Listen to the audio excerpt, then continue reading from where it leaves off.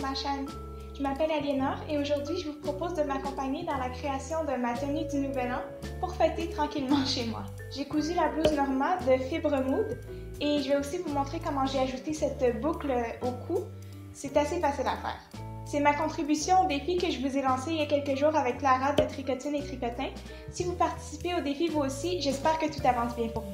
Je suis vraiment très contente de vous présenter la vidéo d'aujourd'hui. Ça faisait longtemps que je n'avais pas fait de bonnes vieilles vidéos de couture. J'essaie d'en faire le plus souvent possible, donc si ça vous intéresse, n'hésitez pas à vous abonner. Sur ce, allons-y! Bon, ça part mal. Hier, quand j'étais en train d'organiser mes fournitures, j'ai remarqué qu'il me restait ça de tissu d'interfaçage et je pense pas que ça va être assez. On s'en va au magasin de tissus pour acheter tout ça et je vais aussi en profiter pour acheter des boutons parce que je pense pas que j'en ai assez non plus. Vive l'organisation! On est le 24 décembre. Ça va être un retour pour le tissu de mon manteau dans la maison de son enfance. Ça va être une première pour moi tout ça parce que j'ai jamais vraiment utilisé de vrais patrons sauf pour faire des masques. J'ai appris à coudre sans et j'ai tendance à vouloir tout faire par moi-même à ma manière. Utiliser un patron me donne l'impression que la création est pas tout à fait la mienne et ça me chicote un peu. Ça me fait sentir moins en contrôle parce que quand je trace mes propres patrons, je sais d'où vient chaque ligne, je sais pas si ça a de l'allure ce que je dis. Mais en même temps, dans un patron, chaque ligne est soigneusement ajustée, c'est plus raffiné que mes traits de crayon fait rapidement. C'est juste que c'est quelqu'un d'autre qui les a tracés. Je veux par contre élargir mes connaissances techniques et apprendre comment donner à mes créations une allure plus professionnelle comme avec les finitions, donc ça va être intéressant de voir comment je vais me débrouiller. Bon, j'ai tout ce qu'il me faut. Du thermocollant, ce superbe tissu fleuri, je crois que c'est du pot de pêche, et cette doublure pour les fermentures. J'ai imprimé mon patron en m'assurant de ne pas mettre les pages à l'échelle.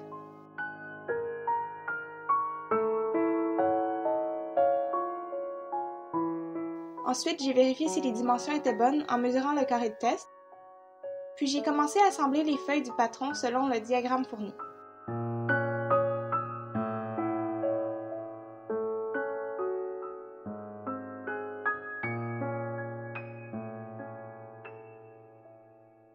C'était long. J'ai réalisé après que j'aurais pas eu à attacher toutes les feuilles ensemble. J'aurais pu en fait constituer 3 grands panneaux, mais bon, c'est fait, c'est fait.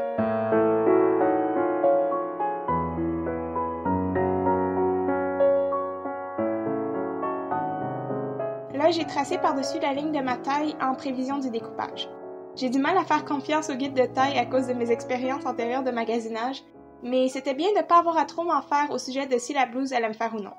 D'habitude, je fais juste retenir mon souffle jusqu'à ce que le vêtement soit assez assemblé pour que je puisse l'essayer et vérifier, parce que je dois vous avouer que j'y vais beaucoup à l'aveuglette. C'était aussi bien que les valeurs de couture soient incluses, les tracés c'est la partie qui m'ennuie le plus. Par contre, ça devenait mélangeant toutes ces lignes.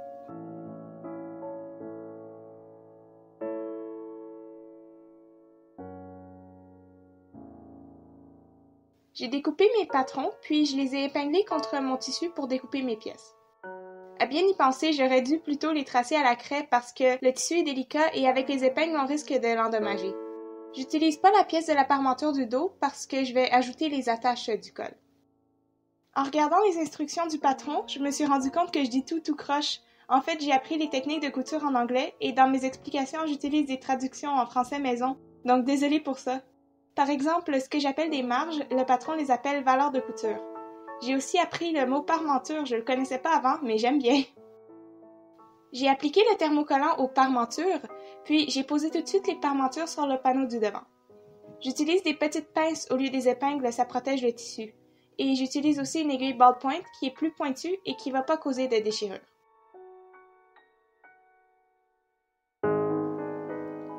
Ensuite, j'ai dégarni les coins et j'ai cranté l'encolure pour avoir une belle finition.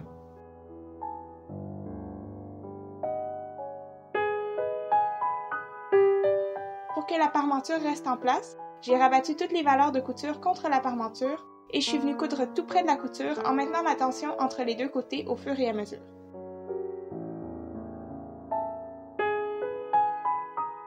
Là, les instructions disent de surjeter toutes les coutures, mais j'ai pas de surjeteuse et je veux pas utiliser de points zigzag non plus. Donc, je vais vous montrer une autre technique de finition, la couture anglaise. C'est légèrement plus long, mais c'est beaucoup plus propre. Alors, il faut commencer par coudre les panneaux que vous voulez assembler envers contre envers au lieu d'endroit contre endroit, à la moitié de la valeur de couture, donc 5 mm pour moi.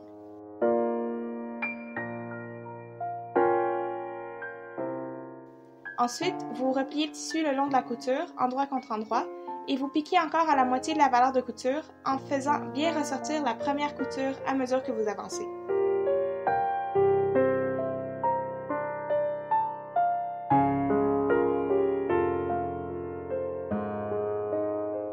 Ça donne une belle finition, les bords brus sont bien cachés, donc pas de risque d'effilochage. N'oubliez pas de repasser. Ensuite, j'ai froncé les manches en cousant 2 lignes de points très longs aux endroits indiqués sur le patron et j'ai tiré sur les fils. Les manches sont super bouffantes, j'adore! J'ai joint les manches aux emmanchures encore ouvertes avec une couture anglaise, donc on commence encore une fois par coudre envers contre envers. Je place les fronces face à moi pour vérifier que je pique au bon endroit. C'est drôle parce qu'en anglais, couture anglaise se dit French seam, ce qui veut dire couture française. Moi je dis que c'est plutôt une couture en crise d'identité culturelle.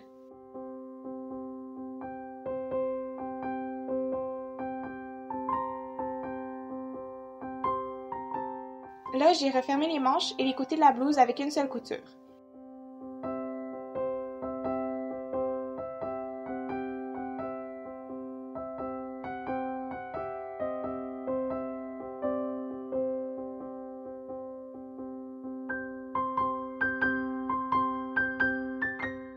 J'ai tourné le tissu en arrivant à l'angle en gardant mon aiguille en bas.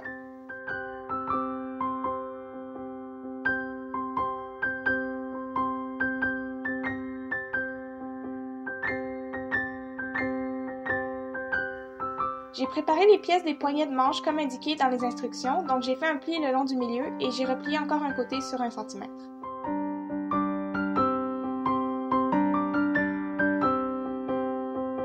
J'ai cousu chaque pièce pour former un anneau, puis j'ai froncé le bas des manches de la même manière que le haut.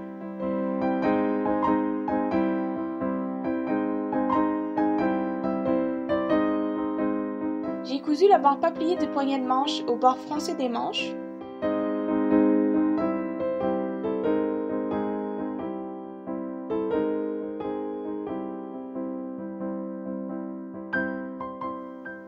Puis j'ai refermé le bord plié par-dessus les bords brus et j'ai cousu juste à côté du pli.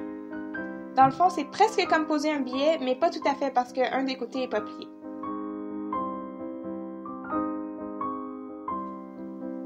J'ai surpiqué l'ourlet au bas de la blouse et maintenant je vais vous montrer comment j'ai fait l'attache du cou. Découpez un grand rectangle de 16 cm par 1,20 m.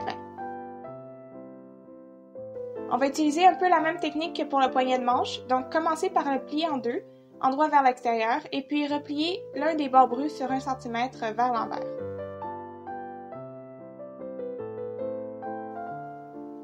Marquez le milieu de la tache en faisant une petite encoche. Placez le bord pas plié de la bande endroit contre le panneau du dos en centrant bien.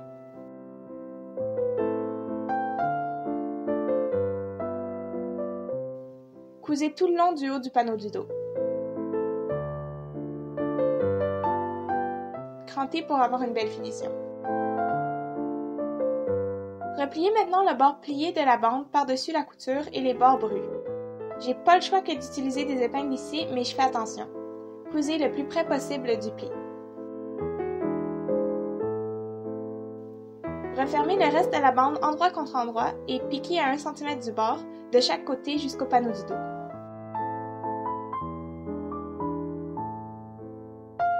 Dégarnissez les coins et puis retournez la tache à l'endroit.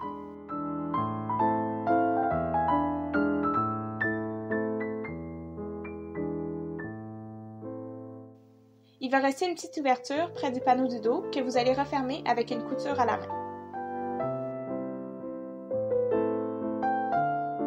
J'avais dit au début que j'allais acheter des boutons, mais j'ai trouvé ça dans mes retailles. C'est un vêtement que mon frère a fait pour ma poupée quand il avait 4 ans et j'adore les boutons. Donc, désolé Maxi de détruire l'ultime preuve de ta carrière florissante de designer précoce. Oh boy, c'est attaché avec des épingles. Je me suis servi des boutons pour déterminer les dimensions de mes boutonnières, puis je les ai faites.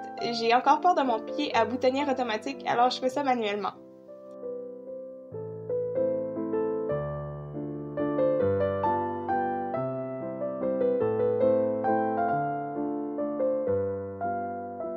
J'ai cousu les boutons et puis j'ai terminé.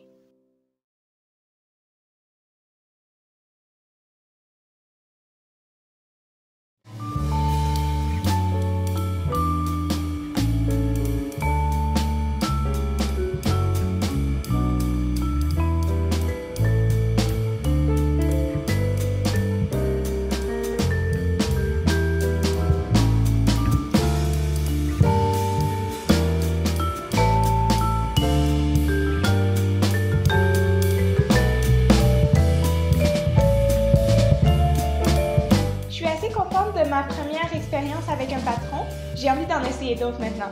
Je vous rappelle que ça fait partie du défi que je vous ai lancé avec Clara de Tricotine et Tricotin. Allez voir les hashtags sur Instagram pour voir les contributions de tout le monde. Et tant qu'à y être, vous pouvez me suivre aussi. Dans une prochaine vidéo, je vais présenter vos créations. J'ai très hâte de voir tout ça. Merci d'avoir regardé jusqu'à la fin, j'espère que ça vous a plu. Si c'est le cas, n'hésitez pas à me laisser un pouce en haut et un commentaire, ça fait toujours plaisir. Si vous décidez de suivre un de mes tutos, je vous invite à publier des photos sur Facebook ou Instagram en m'identifiant pour que je puisse les voir, ça me fait toujours plaisir ça aussi. Allez, je vous dis à l'an prochain et je vous souhaite une très bonne année 2021. Bye!